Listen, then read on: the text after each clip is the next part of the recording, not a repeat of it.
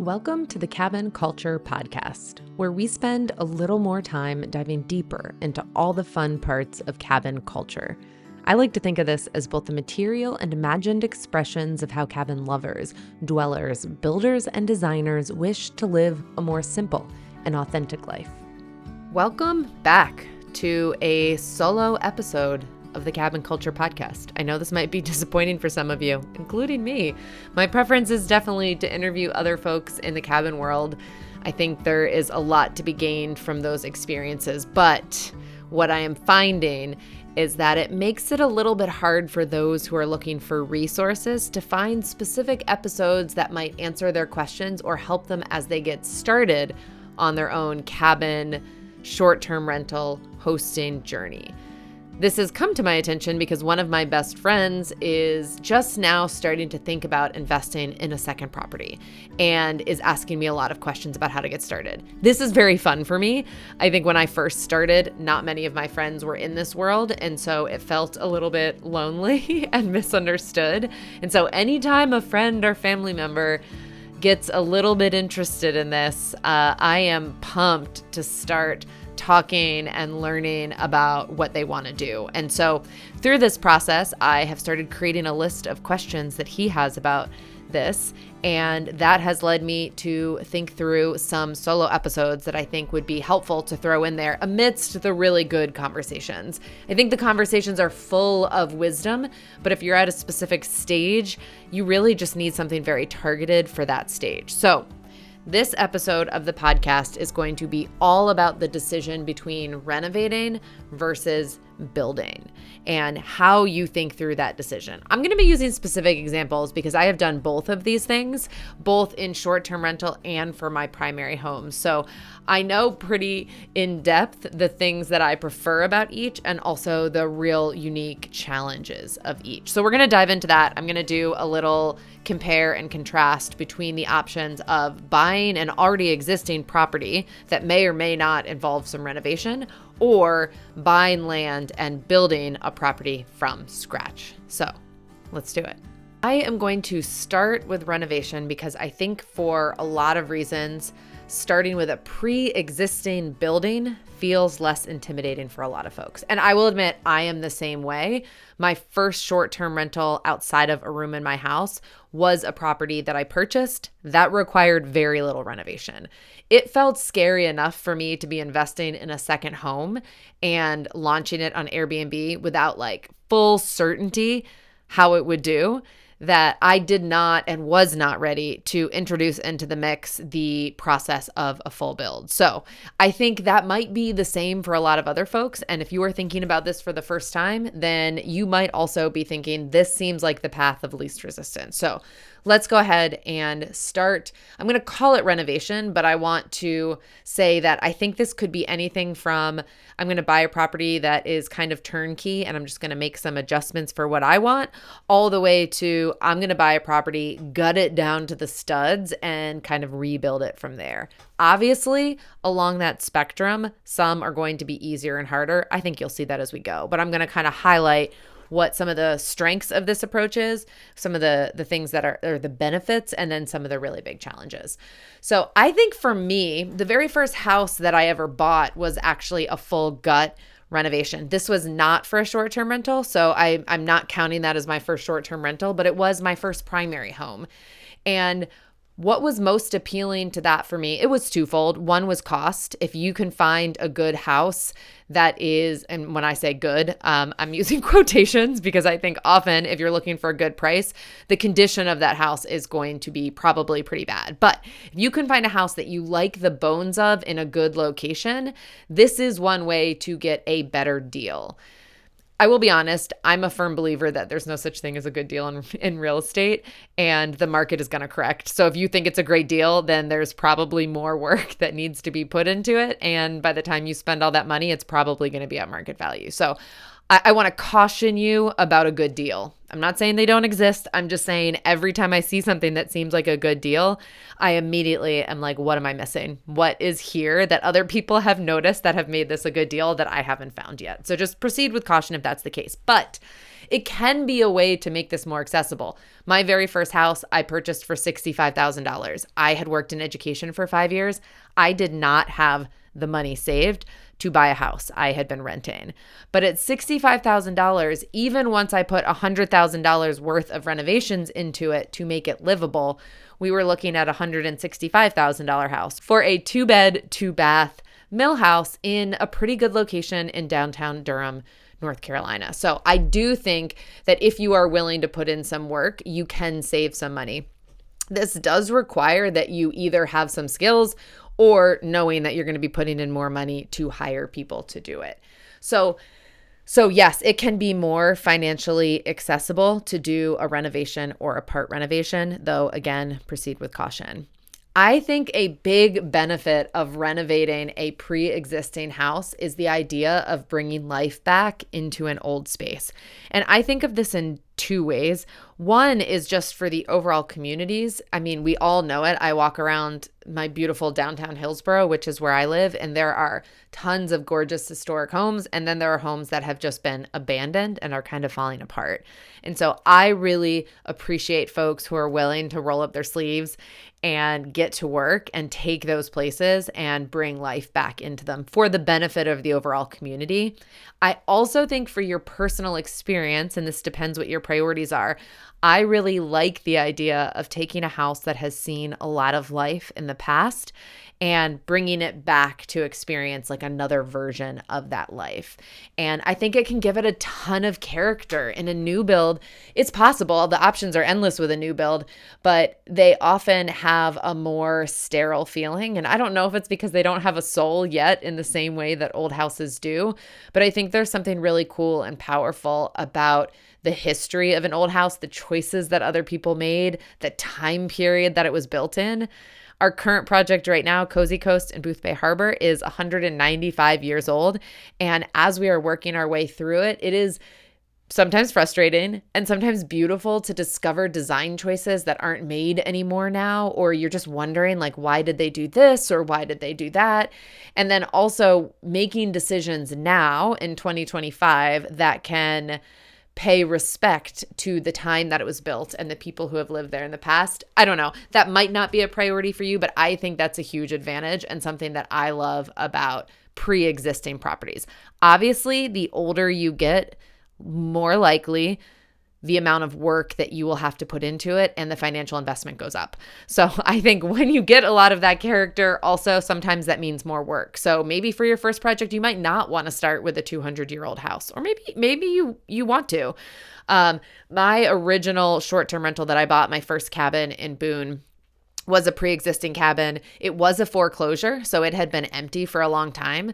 We did have to do a decent amount of startup work, but it wasn't like sexy, exciting startup work. Like, look at how cool this choice is that they made. It was like, oh, this has been abandoned for a really long time, so we need to fix some of these things so that like functionally it just works again. Less exciting, but that also meant I only had to spend like 3 months doing that, and some of the changes we did over time, and we could get it up and running really quickly. I actually think, and this leads me to my next one, I actually think that having some constraints can be helpful. And that is the reality of buying an existing home. You have lots of constraints, from the initial size of it to how many bedrooms, bathrooms, design choices. The log cabin that we bought was entirely log. And luckily that was a choice and a design aesthetic that I appreciated. But if you don't, that is very limiting. And you probably wouldn't buy that house to begin with. But there are going to be constraints. But I am actually putting this in the benefit column because I think there are so many choices that can happen during a project that having some constraints, whether it's the time period that it was built or the size of it or whatever, I think removing some of those things from the equation can actually make things a little bit easier. So I find that the constraints of that can be helpful. I'm going to be honest, I also have that in the con column. So we'll talk a little bit more about that in a minute. I think one of the biggest benefits of a renovation or an already existing property is the infrastructure. And in almost all cases, the infrastructure is already there. When I say infrastructure, I'm talking about water hookup, I'm talking plumbing, I'm talking electrical, even internet. Not necessarily having internet in the house. Obviously, you're going to set that up, but not having to get it installed on the street if no one has used it yet. It can just kind of tap into what's already there. And so I think with pre-existing properties, there is a lot less work to be done on the infrastructure side. And when we get into the new build, we're going to talk about this as one of the challenges of a new build, what some of those difficulties can be. But I think when you buy a pre-existing home, you are moving into a place that someone has already lived there. So the majority of the infrastructure that you would need to run that property is already going to be there. And then I think the last one that I have in the benefit column of a renovation is that a lot of times you can do some of it yourself. It depends on your skill level. It depends on your desire to learn new skills. So if you do not have a desire to do any of those things or learn those things, then it doesn't mean you can't do a renovation. It just means you will need to outsource. Your cost will go up.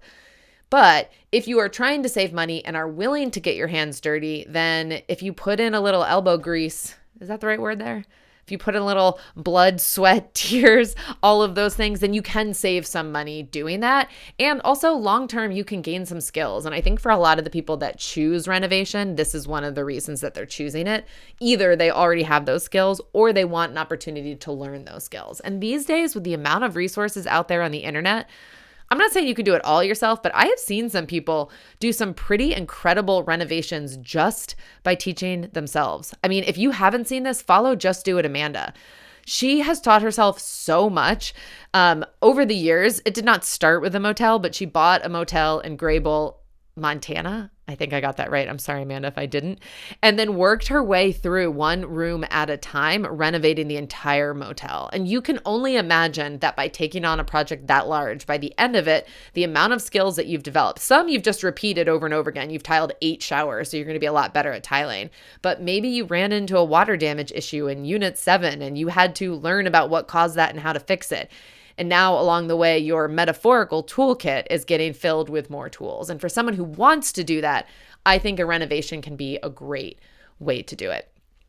Okay, challenges of a renovation. Anyone who's watched HGTV or a home renovation show, you already know a lot of these challenges, but I'm still going to say them out loud.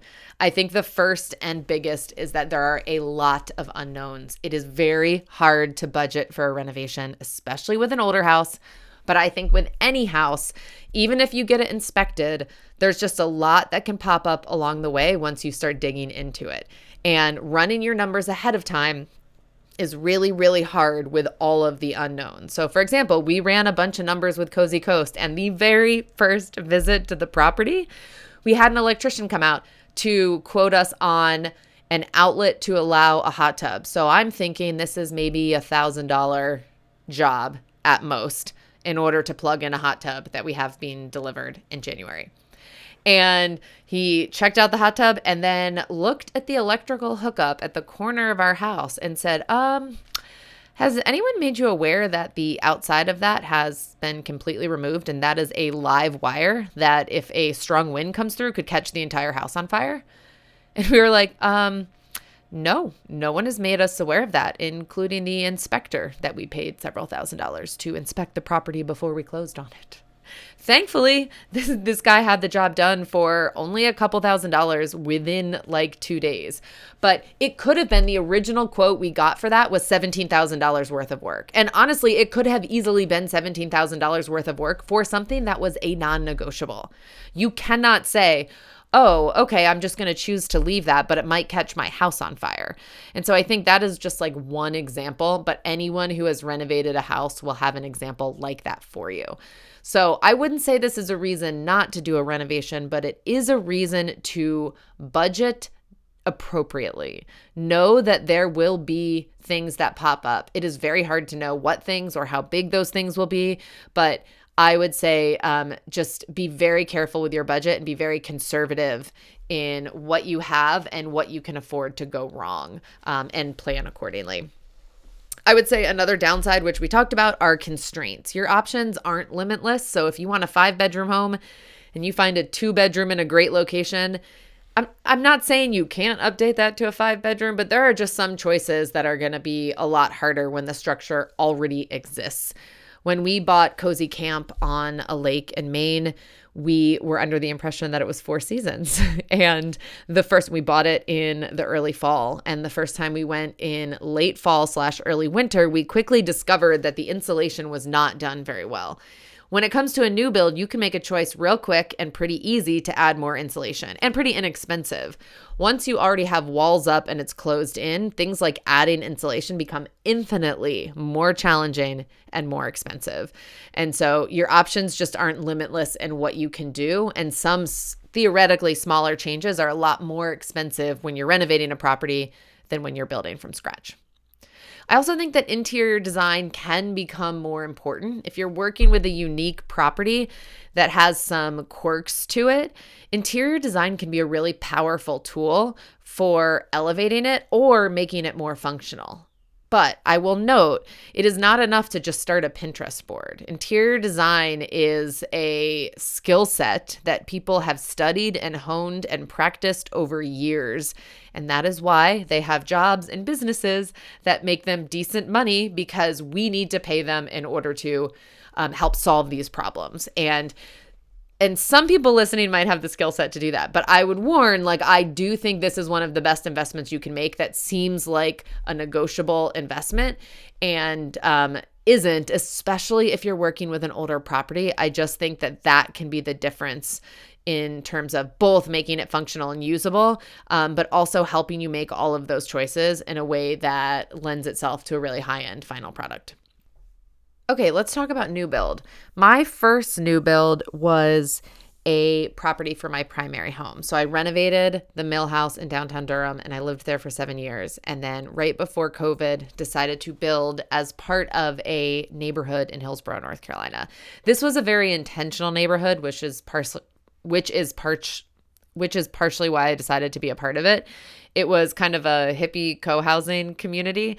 It ended up being the perfect time. COVID hit right after that. And so throughout COVID, I was in a community of people where we felt way less isolated. We were still very careful with social distancing and things like that, but there was a lot of outdoor gatherings, porch hangs, things like that made us feel less alone during an otherwise very isolating time.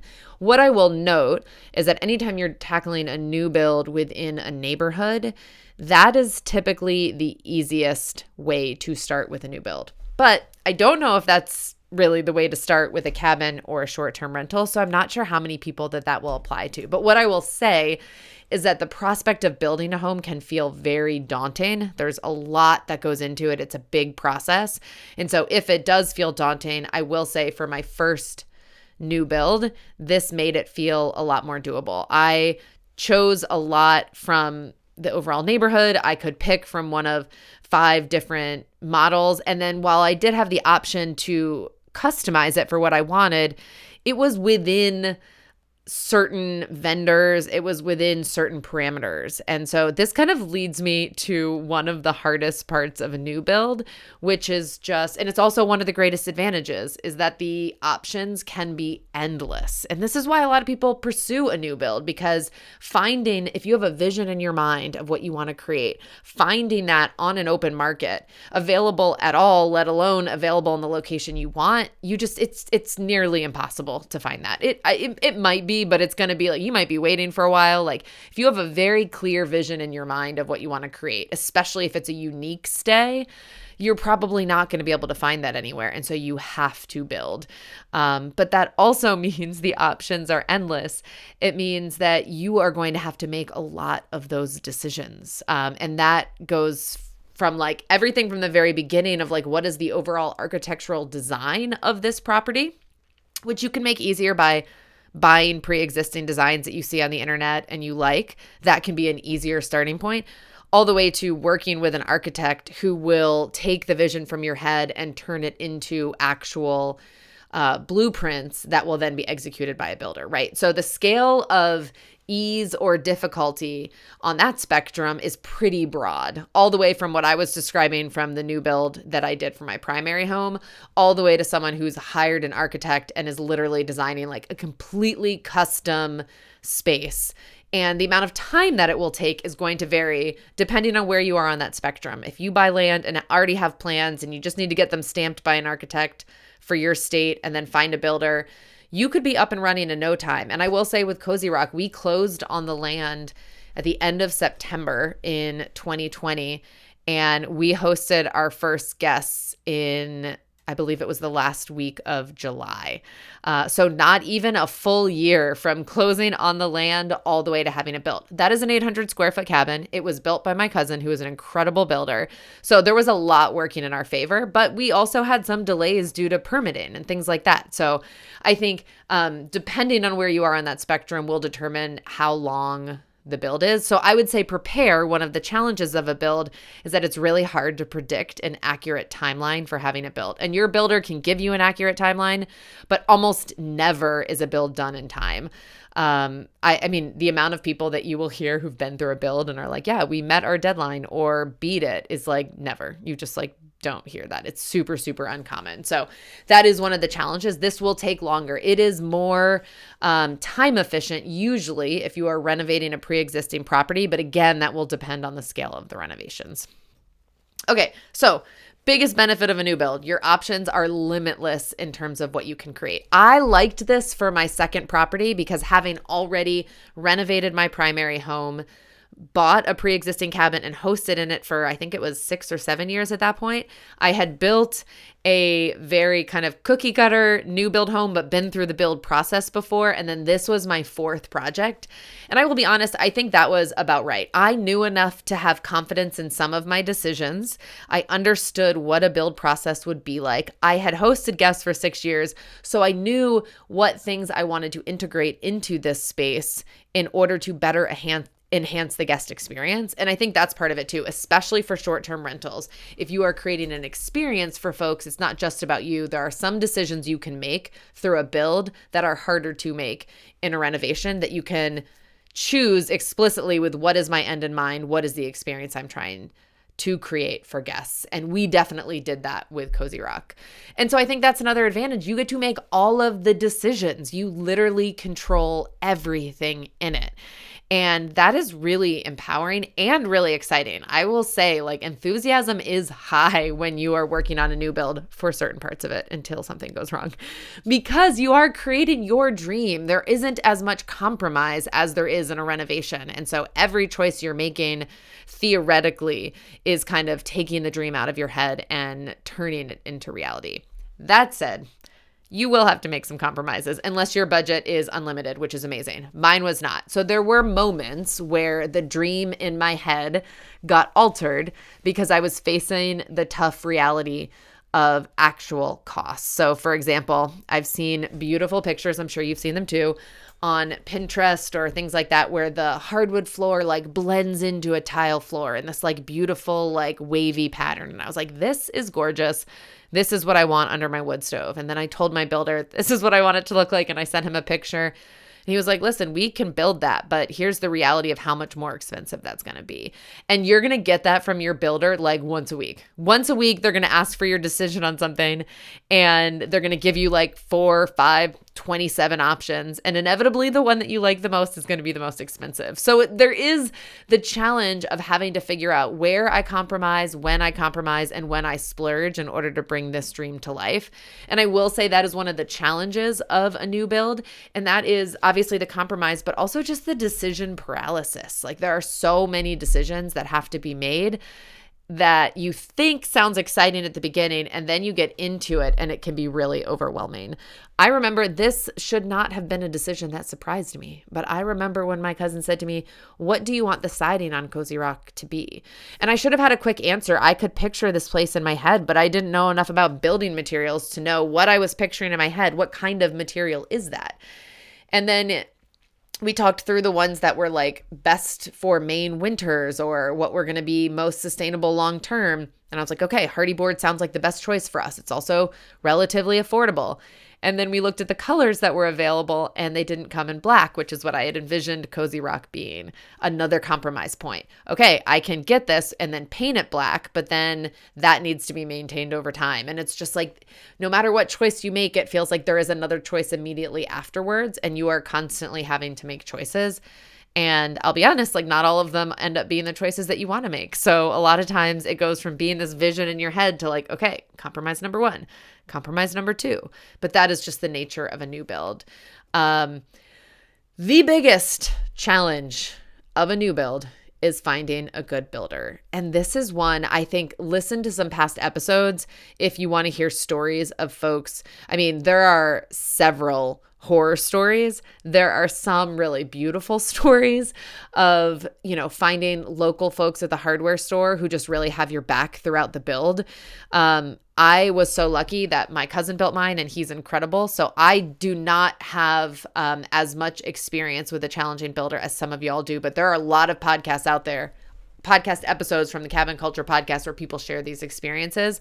But finding a good builder is the biggest challenge of a new build, because if you find a great builder, then this whole process is going to be infinitely easier. And if you find a bad builder, it is going to be exponentially more painful. And I don't even mean in terms of how expensive it is, but that is definitely part of it. But what the timeline looks like. And if you're building for a rental, the longer the timeline is, the more money you're losing from lost revenue, down to just the amount of headaches that you have to deal with. Or in some cases, with my very first renovation, I ended up being the GC about halfway through because I did not pick the right builder. And I ended up taking over that project. And I am not alone. I would say 50 to 75% of the people I talk to who've been part of a build have like borderline horror stories, not just challenges, but like this went seriously wrong. And so you have to be prepared for that. Either spend like 5 years on the front end finding the right builder, or be prepared for big things to go wrong. So I think that is, if I had the biggest piece of advice for a new build, it would be really, really invest time in finding a good builder, because if you do that right, everything else is going to be so much easier. Another challenge of a new build is creating infrastructure. So like I mentioned with a renovation, it already has a lot of that infrastructure, but with a new build, when you're looking for land, you need to figure out, does this hook up to city water, or do I need to dig a well? In most cases for a cabin, you're going to need to dig a well. Is there electrical hookup, or do I need to have the electric company come out and hook it up? And what happens in that case, as I learned from Cozy Rock, is that is significant expense. If you have neighbors, then you all end up splitting that. It's like interesting how they do it over time. Someone gets money back when you pay into it. But if you're really isolated, you might be the first one asking for electrical hookup. They have to come in and you have to front all of that. And then over time, if there are neighbors, you will get some of that money back when they pay into it. But that's a big expense that is something you want to ask about when looking for land, but will add on to your overall expense. Do you need to put in a septic tank? If so, then you need to do a perk test to make sure that the land can hold a septic tank. When it comes to digging a well, this is one of the trickiest parts of a build that nobody warned me about. You call them in to be like, can you give me a quote on getting a well? And they will give you a quote, assuming that they hit water by a certain depth. If they don't hit water, they will keep digging. Past that point, they will charge you like, I don't remember if it's per inch or per foot or what it is, but they will charge you and they will just keep drilling until they find water. And I have heard quotes of people who have had wells drilled for like $7,000 all the way up to like $40,000 to $50,000. And you could dig a well for, let's say, $25,000 and then within a year run out of water, or over time run out of water. Like digging a well is not the same as hooking up to city water. But in the world of cabins, most of us are trying to get away from the hustle and bustle of a city, which means you don't have city water and you're going to have to dig a well. And so this is one of those unknown expenses that is really challenging with a build that nobody talks about. And then I think the last downside of a build is just that it just takes a lot of patience.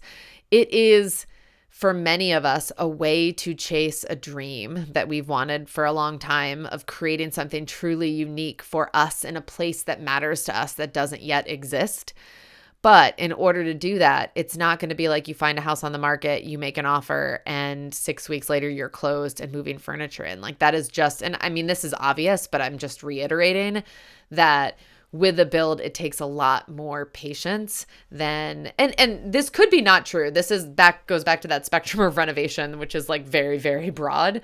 So some renovations could take longer than an actual build, but you have more control over that. You can choose a house that requires more or less work based on what your desired time frame is and your level of patience. But I think with a new build, it takes a lot of patience. And one more challenge of a new build. While costs are a bit, I would say, this could be debatable, I would say a bit more predictable than a renovation where a lot of unknown things can pop up, there are still unknowns in a new build. And so, for example, we built Cozy Rock during COVID. Many people listening to this podcast built cabins during COVID.